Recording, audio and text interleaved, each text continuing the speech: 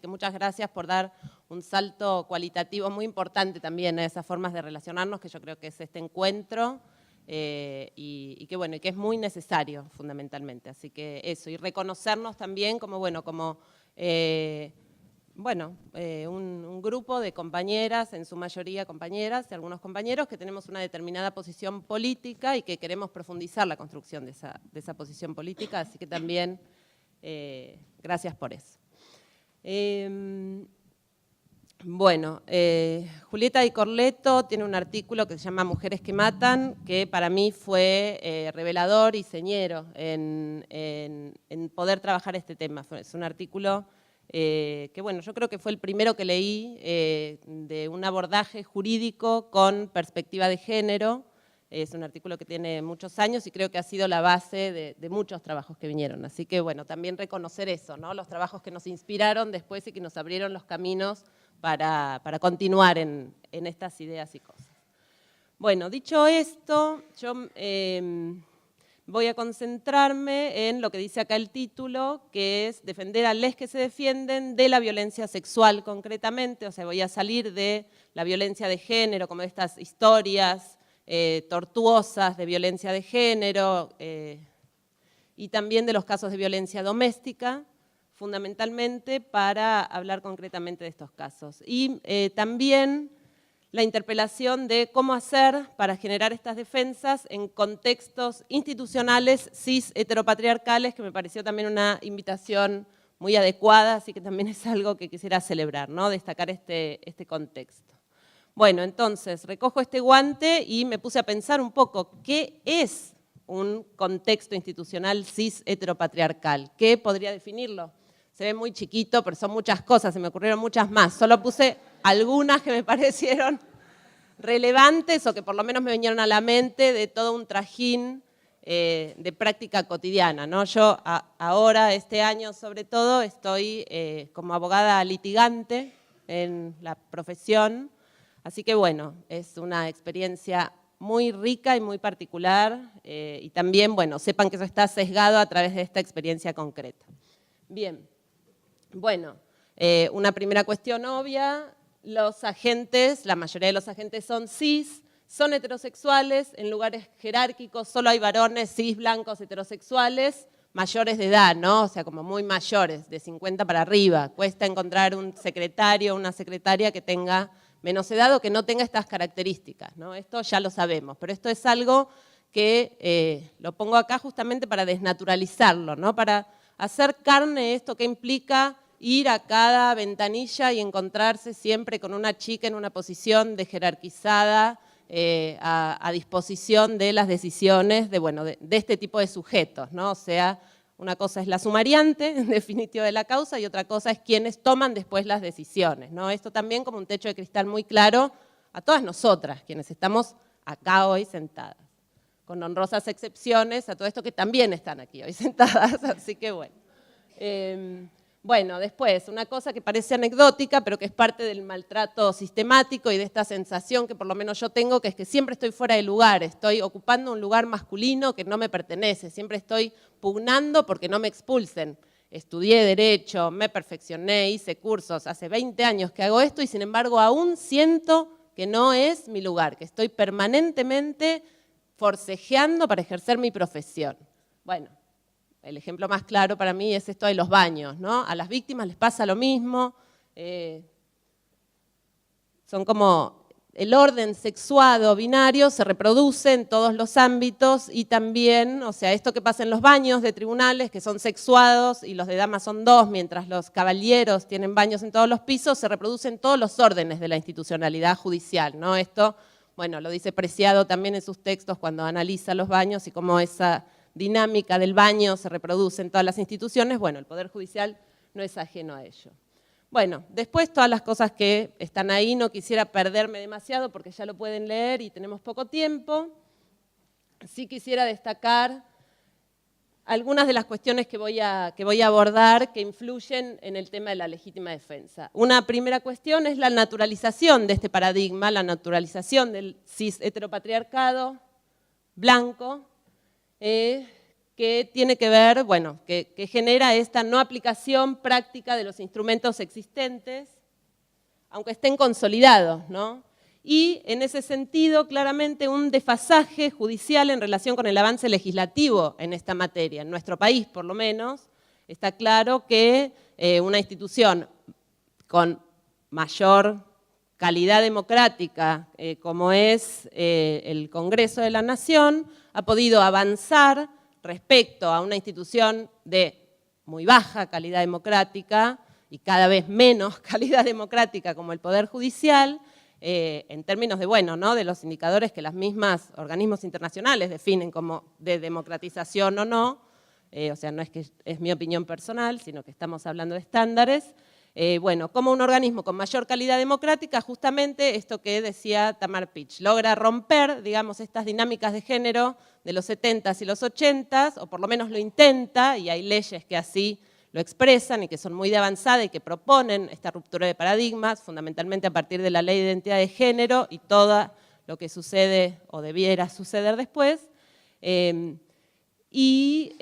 Bueno, y que el Poder Judicial no le llegó el telegrama de que existen ninguna de estas leyes o muy poco, ¿no? Hay una subutilización y una, bueno, como que no quieren creer que las cosas cambiaron. En definitiva, esto que decía Ileana también, no conocen, no se interiorizan, no les interesa, no les parece útil, no saben cómo usarlo y cómo aplicarlo. Bueno, en este contexto ustedes dirán, qué difícil ejercer una legítima defensa o defender estos delitos. Bueno, para contextuar un poco a qué me voy a referir.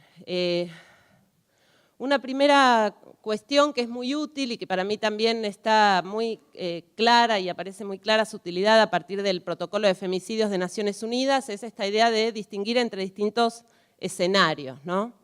Empezar a hablar de los escenarios de los crímenes para poder fijar determinadas pautas de cómo construir las teorías del caso, cómo investigar, cuáles son los elementos que tenemos que probar o adelantarnos a la estrategia de la otra parte. Los escenarios de los casos que hay de legítima defensa en agresiones sexuales que podemos encontrar en general en nuestra jurisprudencia, en la jurisprudencia y doctrina internacional, son básicamente estos tres y algunos como, pensémoslo, no como casos arquetípicos, sino como conjuntos de casos, ¿no? Acá voy a marcar quizás las situaciones más arquetípicas, pero son situaciones que están dentro de esto.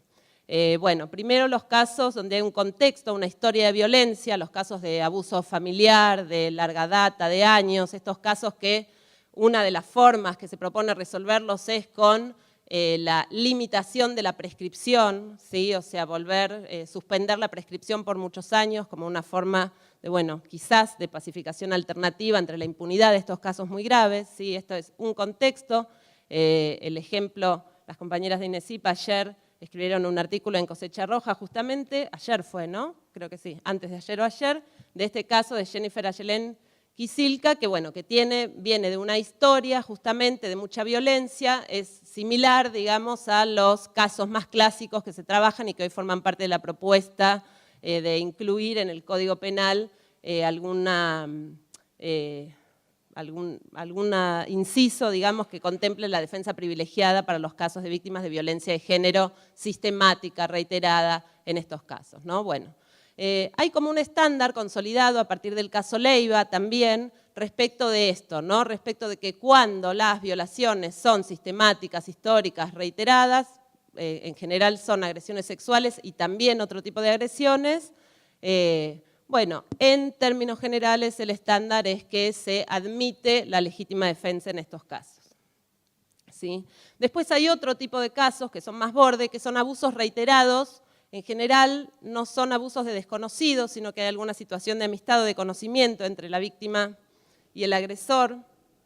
Son casos, por ejemplo, de situaciones donde son grupos de amigos que se juntan varias veces y bueno, se abusa a la misma persona. No está claro que es un abuso sexual, que es una violación, o sea, no está claro para la justicia, para la persona que lo sufre sí está claro. Pero bueno, son casos que en general la justicia rechaza porque son casos donde, bueno, básicamente, ahora lo vamos a analizar, se descree de las víctimas y fundamentalmente de que estaban inconscientes muchas veces cuando estas cosas sucedieron o en una poca posibilidad de consentir. Bueno, y después el otro escenario donde se dan las legítimas defensas son los casos de ataques únicos, ¿sí? Es un ataque único que pueden venir de conocidos o de extraños. Bueno, ¿cuáles son las particularidades de aplicar el marco de la legítima defensa a los casos de violencia sexual? ¿Y por qué creo que están completamente subutilizados? Bueno, primero porque a diferencia de otras formas de violencia, la violencia sexual tiene algunas características que hacen mucho más, debería ser mucho más fácil poder plantear un caso de legítima defensa cuando se visibiliza que hay una agresión sexual como bueno, de la cual la persona se defendió, la mujer en este caso, la lesbiana, el varón trans, la travesti, se defendió, ¿sí? ¿Por qué? Bueno, primero porque una agresión sexual es siempre ilegítima, ¿sí? Nadie puede decir que legítimamente quiso violar a alguien, o legítimamente quiso abusar sexualmente, o legítimamente intentó generar alguna conducta que tiene que ver con violencia sexual, ¿no? Esta es una cuestión que queda fuera de discusión per se, cae de maduro, ¿sí? Entonces, el primer requisito de la legítima defensa, que es que haya una agresión ilegítima, debería no ser un obstáculo cuando planteamos una agresión sexual como antecedente de esa conducta, de esa reacción defensiva.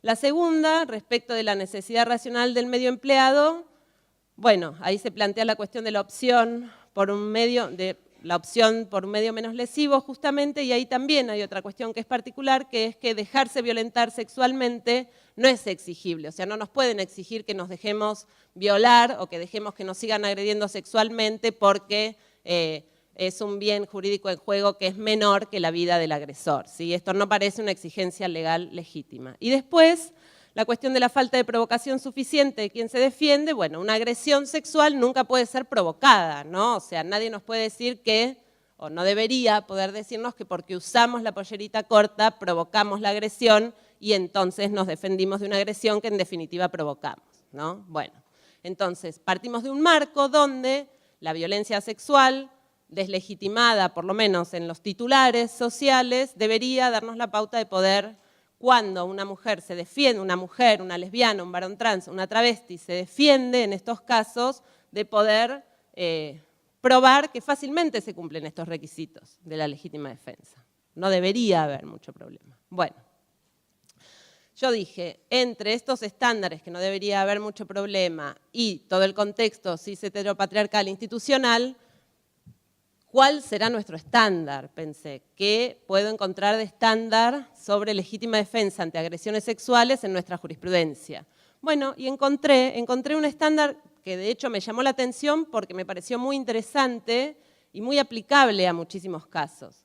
Este estándar, el mejor fallo, que me parece que lo resume, es el fallo Rodríguez Guido, que es de la casación de la Sala Tercera de 2014.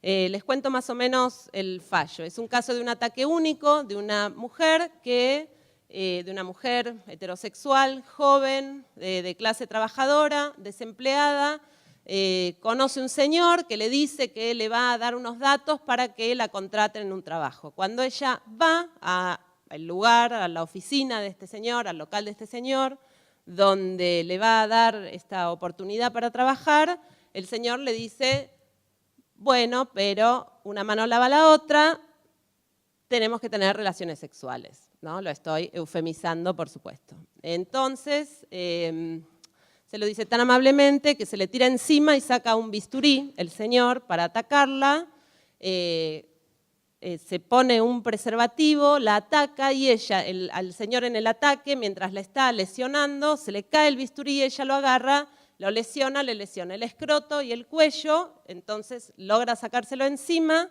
pero el señor huye y la deja encerrada. Bueno, viene la policía y la apresa, ¿sí? Este es el caso.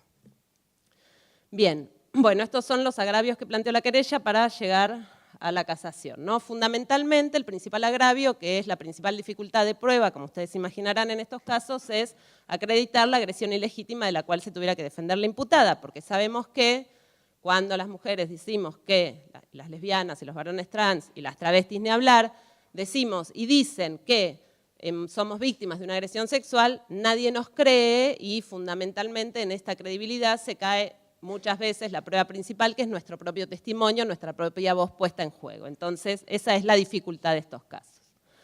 Bueno, el estándar que fija la sentencia, en ese sentido, no es un estándar para lo que es la casuística, al cual parezca en principio difícil acceder para quienes están en esta situación de haberse defendido legítimamente de una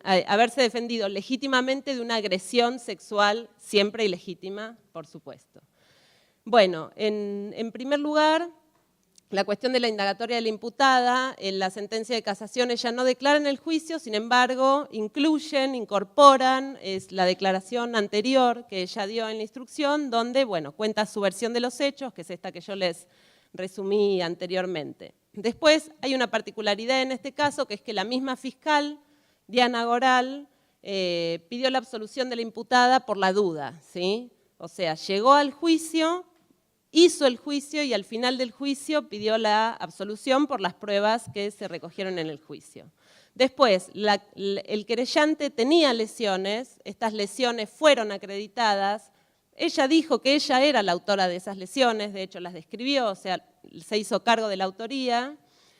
Bueno, se halló el instrumento lesivo, había manchas de sangre del querellante, había un preservativo usado, ¿sí? Que se le hizo un examen de ADN, tenía solo ADN del querellante y no de la imputada. También el Tribunal de Casación y el Tribunal Oral no tuvieron por acreditado el móvil de la agresión, ¿sí? Que alegó el querellante había dicho que ella le había ido a robar y que él se defendió en realidad de un robo y que nunca la agredió sexualmente, ¿sí? Bueno, el tribunal, o sea, frente a claro, ¿por qué tendría un preservativo el señor si le fueron a robar, no? Sería como una pregunta, bueno.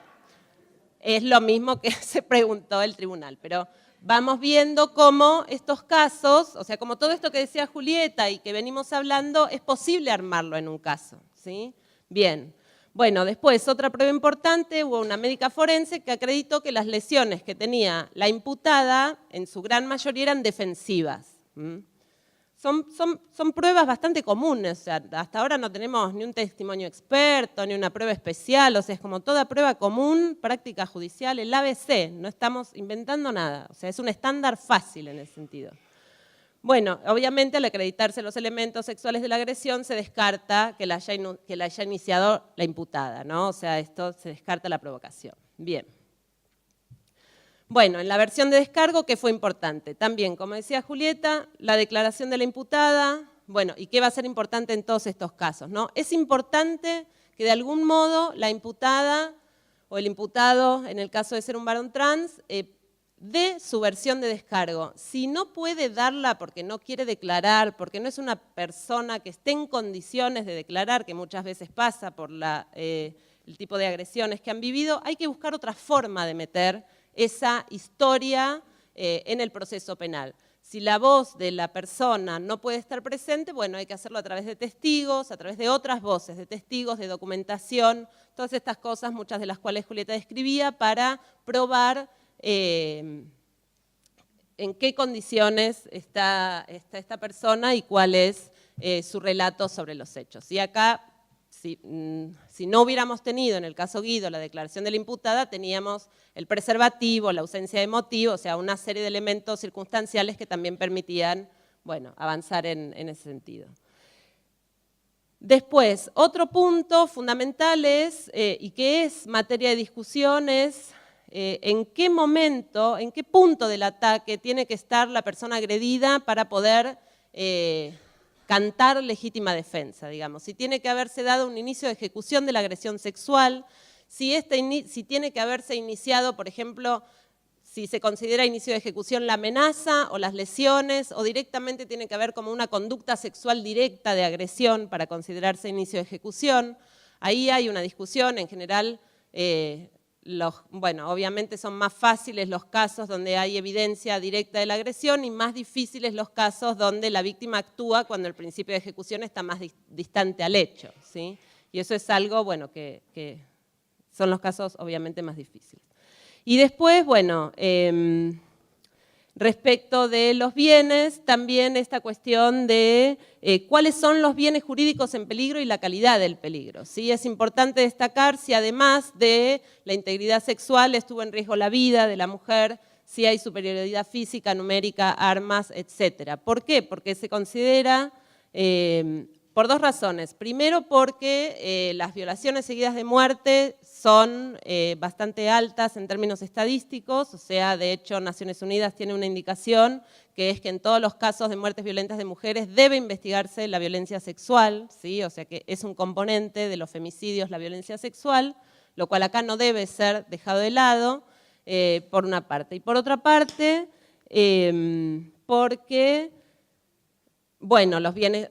La integridad sexual de las mujeres y la población LGBT está devaluada y entonces también es necesario muchas veces poner en juego otros bienes. Y también para demostrar, bueno, esta cuestión de la proporcionalidad y la racionalidad del medio empleado. Bien, para ir cerrando, buenísimo el estándar del caso Guido. Fácil, prueba relativamente fácil, tiene algunas complicaciones, pero nada que no se pueda construir, incluso con los elementos con los que ya contamos, por ejemplo, los protocolos de femicidio, los protocolos de violencia sexual mismo que debieran aplicarse cuando una persona, cuando una mujer, una lesbiana, un varón trans está en esta situación, tendríamos que aplicar el protocolo de femicidio de UFEM o de Naciones Unidas y los protocolos de violencia sexual. Bien, ninguna de estas cosas lamentablemente se hacen hoy, no son práctica estándar en nuestro país.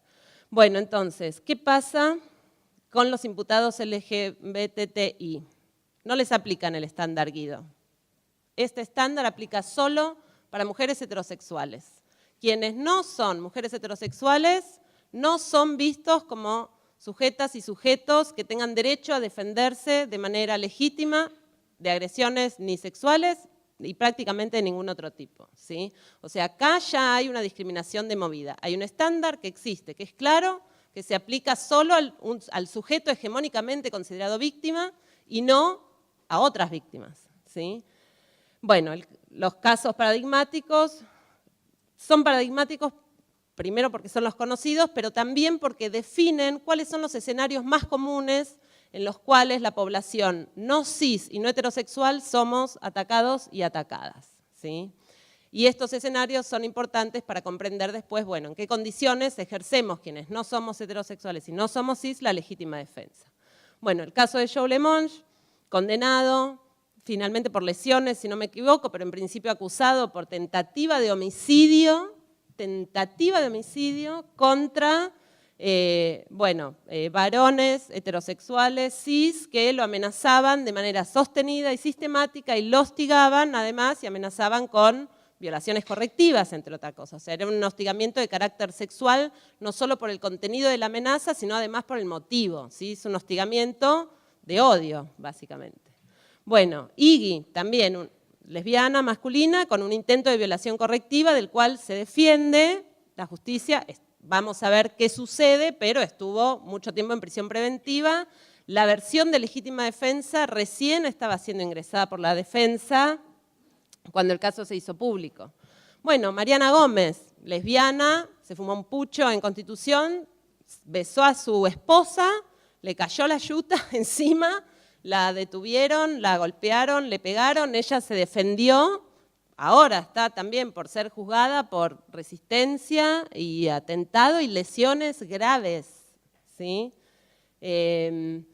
Nunca se vio como un caso de legítima defensa, de hecho la defensa de Mariana planteó en principio un trastorno mental transitorio atribuible a experiencias anteriores de abuso que ella había tenido en su infancia y a que su papá es policía o algo así, entonces como que planteó una especie de temor o un trastorno mental transitorio, no prosperó.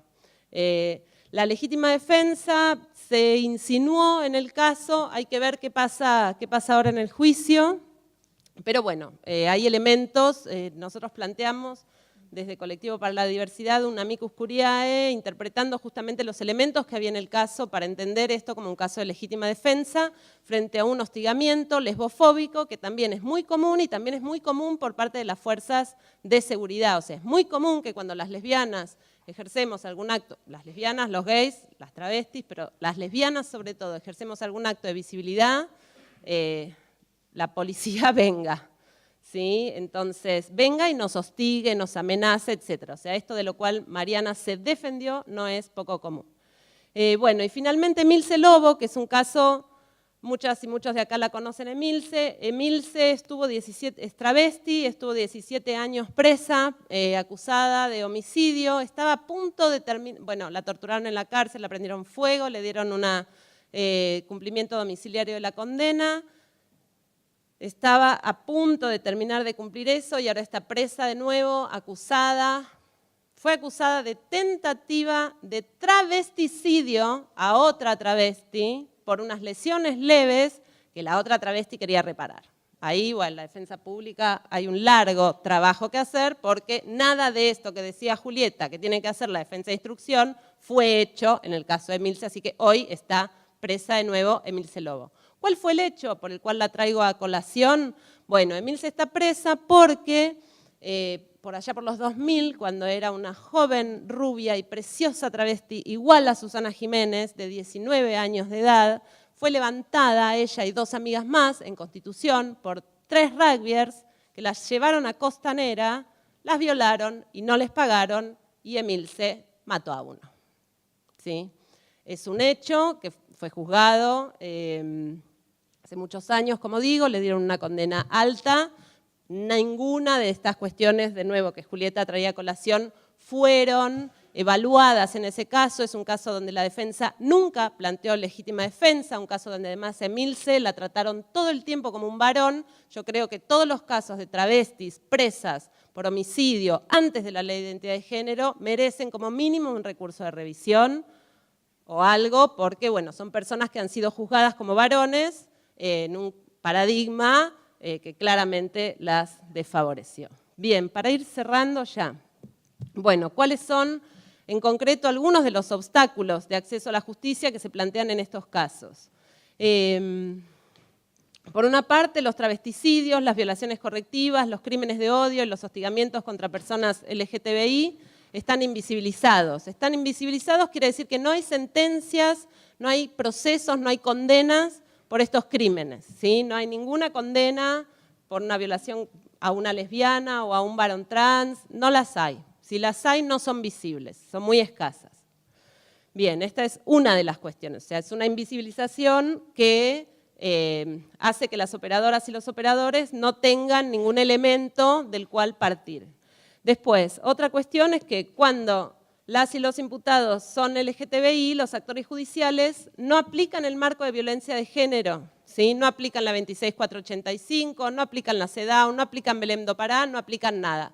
A los varones gays esto los perjudica enormemente y a los varones trans también, porque es un marco que por analogía se aplica, lo ha dicho la CIDH, pero, sos varón, no te aplica.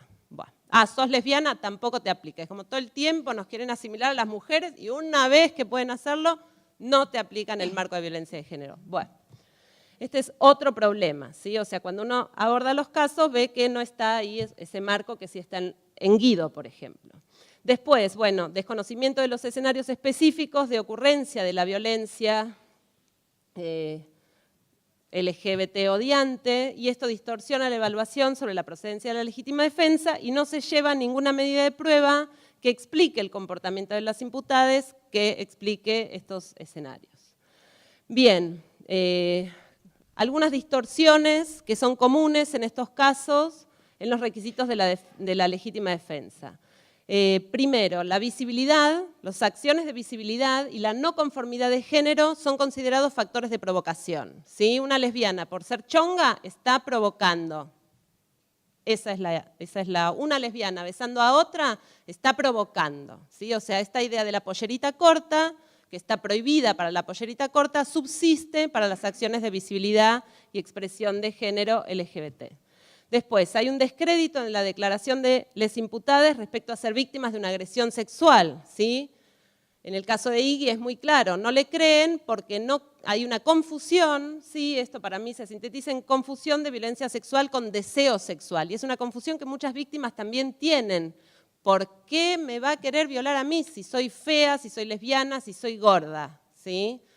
Los jueces dicen lo mismo. Bueno, justamente por eso, porque tiene que ver con el poder y no con el deseo y todas estas cosas que las feministas venimos diciendo, bueno, sigue la confusión en esto. Después, del mismo modo, se elude la ilegitimidad de la agresión trans, homo, lesbodiante. La sexualidad normal, entre comillas, la sexualidad cis, hetero, de la penetración masculina, activa, pasiva, no es considerada una agresión ilegítima, ¿sí? O sea, el hecho de querer corregir a alguien no es considerado una agresión ilegítima. La violencia correctiva no lo es. Y respecto a la necesidad racional del medio, se exige respeto a las jerarquías del género, ¿sí? O sea, esta idea de que una no debe dejarse agredir se invierte en el caso de las víctimas. Como una no es normal y la agresión es normalizadora, entonces está bien.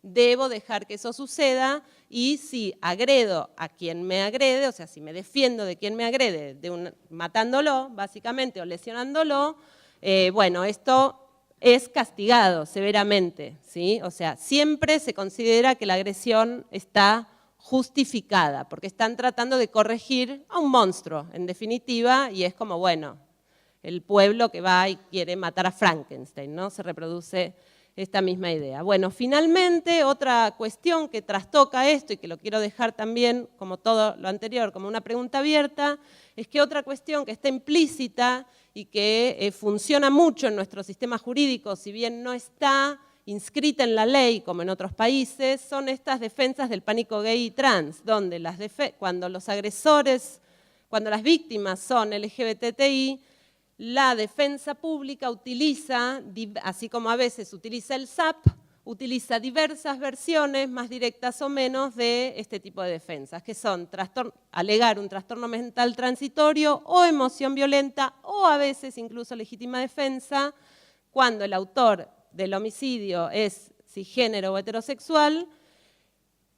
Y lo que se quiere decir es que una acción de levante, ¿sí? O la presencia o la compañía, o una acción de levante o una aproximación de una persona no cis o no heterosexual a una persona heterosexual, son consideradas agresiones de las cuales esa persona legítimamente puede defenderse. Y lo mismo cuando hay asesinatos que están justificados en descubrir que la víctima es trans, o sea, con esta idea de que yo creí que me iba con una chica y en realidad era con una chica cis y en realidad era una travesti y entonces me dio un pánico trans y la maté, ¿sí? Bueno, estas defensas, hay muchas versiones, una invitación que yo quisiera dejar planteada es justamente a encontrar cuáles son las formas en que en nuestro sistema jurídico se ejercen estas defensas de pánico gay y trans, porque creo que es necesario identificarlas para poder ir desarmando todo este constructo que describí anteriormente. Así que bueno, esas son las preguntas y las conclusiones de análisis de casos. Gracias.